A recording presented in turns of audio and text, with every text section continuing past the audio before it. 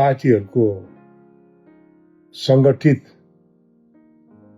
संगठनहरूको कामको कारण हाम्रो देशलाई अगाडि बढाउन सक्छ त अहिलेको सरकारले? प्रश्न नम्बर 1।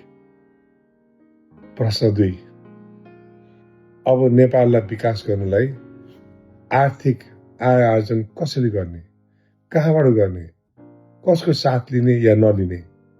प्रश्न 2। नेपालमा शान्ति आउँछ त?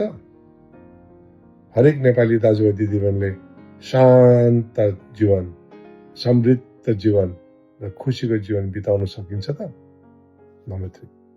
यो प्रश्नहरू एकदम सबैको मनमै भएको प्रश्नहरू हुनु पनि पर्छ एउटा नागरिक भएको नाताले।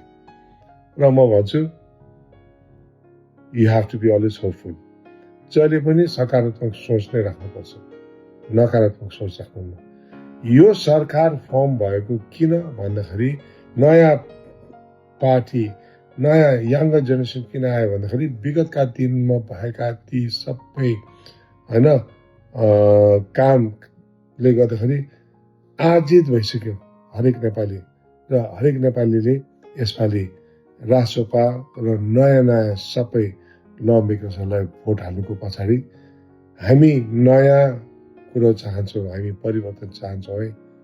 न कि तपाईँ पनि पहिले जस्तै विगतका सरकारहरू जस्तो, विगतका पार्टीका मान्छेहरू जस्तो, पार्टीहरू जस्तो दम्ब बोकेर आउने। यो दम्ब दिएर आएर कसैले के पनि हुँदैन। जनता भन्दा माथि कोही पनि हुँदैन भन्ने कुरा मैले बारम्बार भनेको छु र आज पनि भन्छु, म भोलि पनि भन्छु, अन्तिम साससम्म पनि भन्छु। For the people, of the people, by the people. Simple कुरा।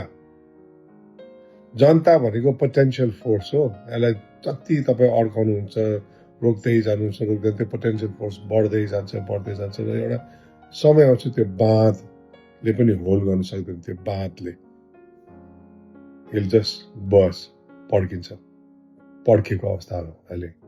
तर शान्तिपूर्वक इलेक्सन मार्फत पड्केर जनताले दिएको मत बोकेका हाम्रा नयाँ पिढीका प्रधानमन्त्री, नयाँ पिढीका मन्त्रीज्यूहरू, नयाँ पिढीका ल मेकर्सहरू आउनुभएको छ। And we are proud.